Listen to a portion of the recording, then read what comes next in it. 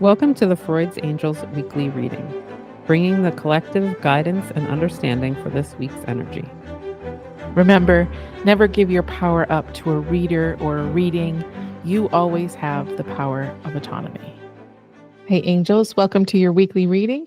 We're reading from the 6th of April through the 12th of April. God, words, Grace.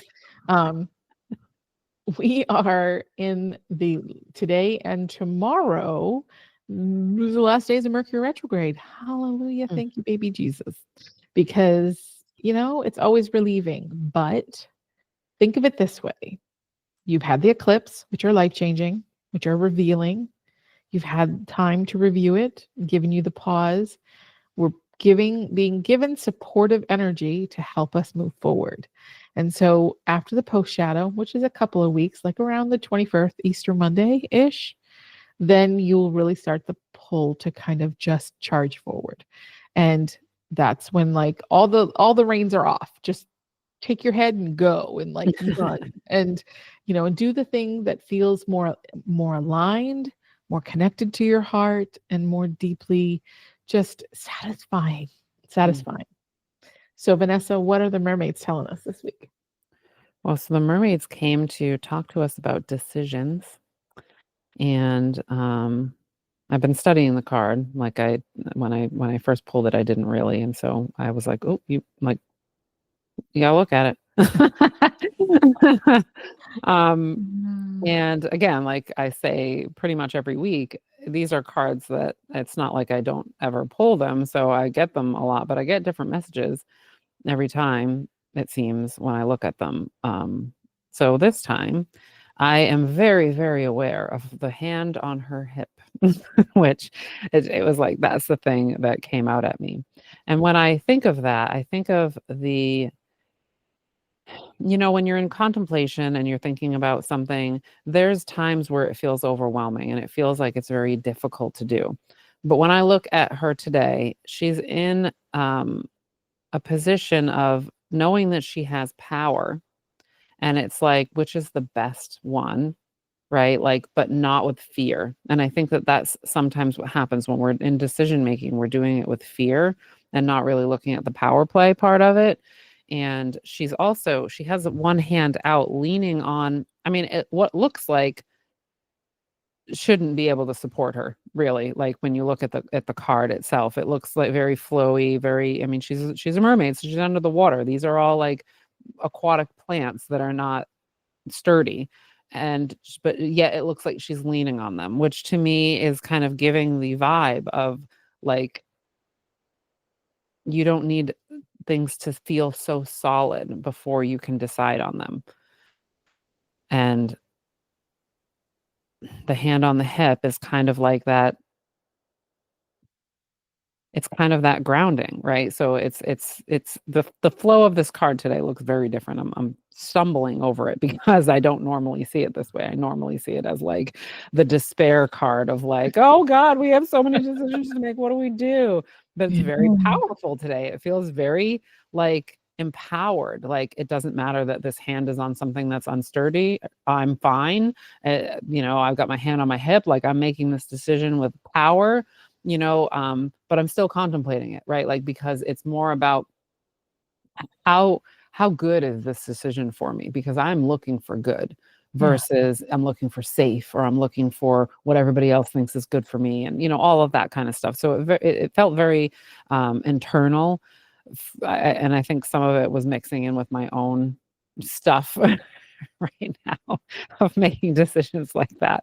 But yeah, her little, she doesn't have legs because she's a mermaid, but it kind of looks like she's leaning and she's got a leg kind of crossed over the other one. And it's very like a solid decision-making moment of feeling like empowered and feeling like I just have to contemplate it, but I'm going to make the right decision because I always make the right decision. And I think there's something to be said for that, of when we're making decisions from that space, they tend to be more intuitive, more intentional, and less panicky.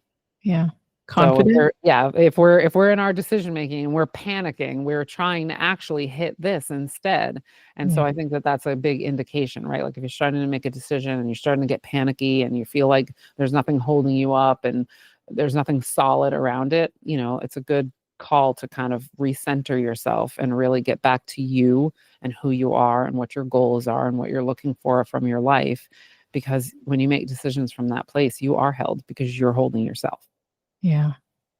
And being confident in making the decisions. Yeah.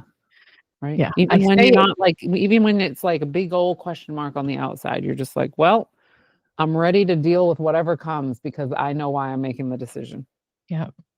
I say it like that because our surrender card this week is surrender low self-esteem. I love your little twinkle when you're like, ha ha, here comes my card.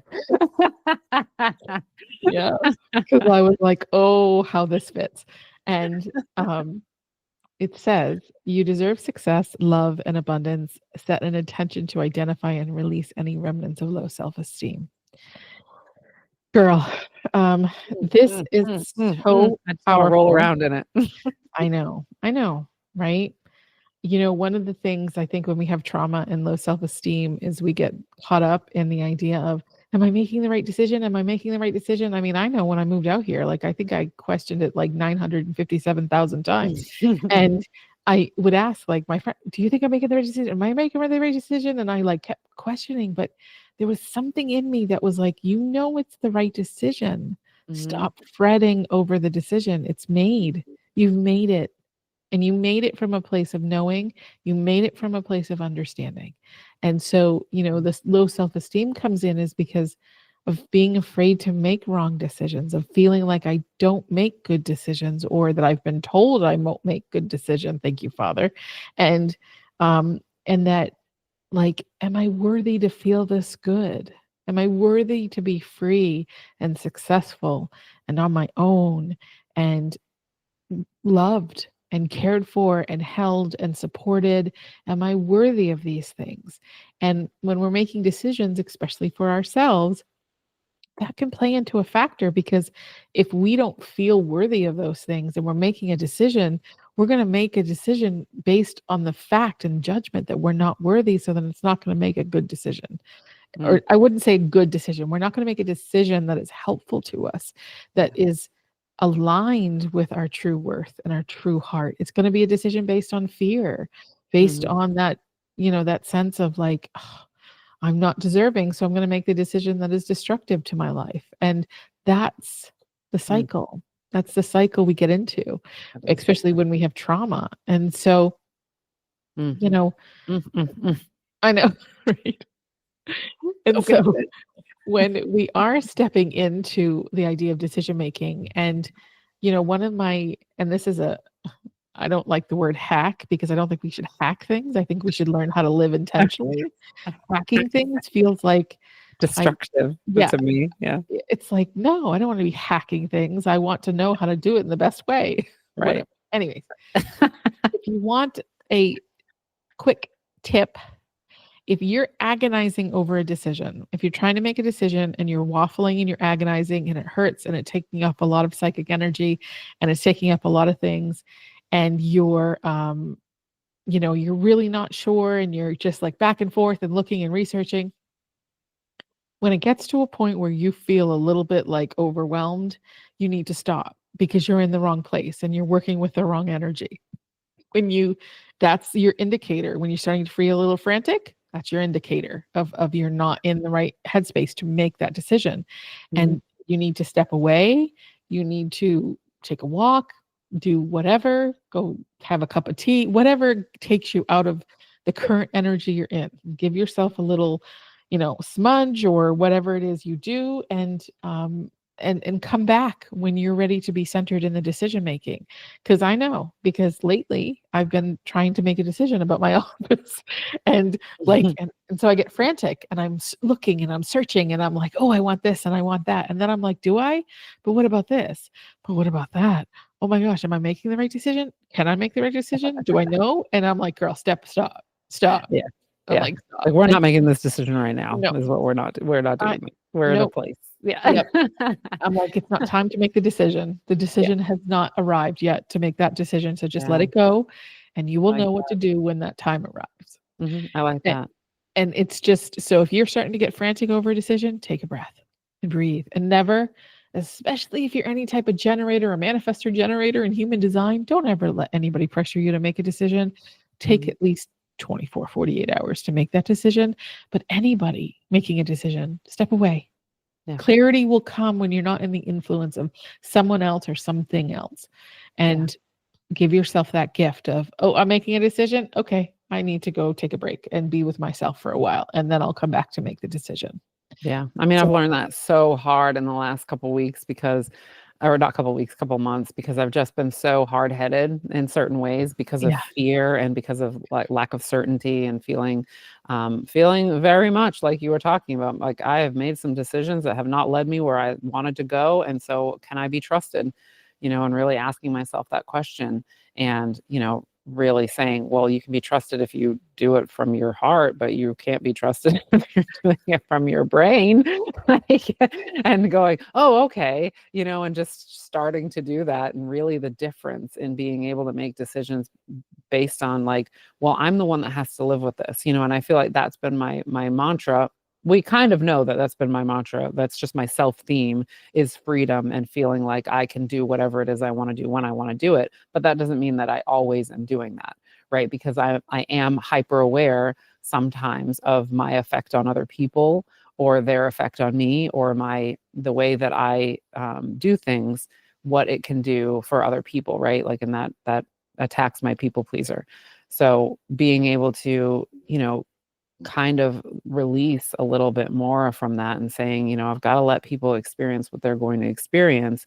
And if I'm making my decisions like very intuitively and very flowing and very from my heart, everybody's going to follow along that's supposed to follow along, because those are the people, right, that yeah, you're meant to be surrounded with, are people who care about your heart and care about your soul. When you have to make a decision based on what other people want from you, that's because those people don't want what's best for you.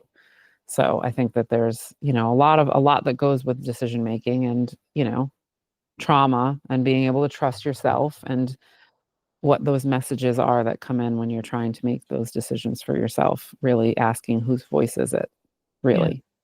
yeah, totally. Mm, Yes. This Yeah. is so relevant. I am loving it. Yes. Okay, so our money card this week is I release any fear of being wealthy and wealthy with love and forgiveness. Mm, So it's funny about releasing fear of being wealthy. This week, finally, last time I say this, guys, I promise. This week, on Saturday, 11 a.m. Eastern Time, I will be a guest on the Hollow Bone Circle with Phoenix Rising Star. We're going to talk about our resistance to our abundance, specifically money.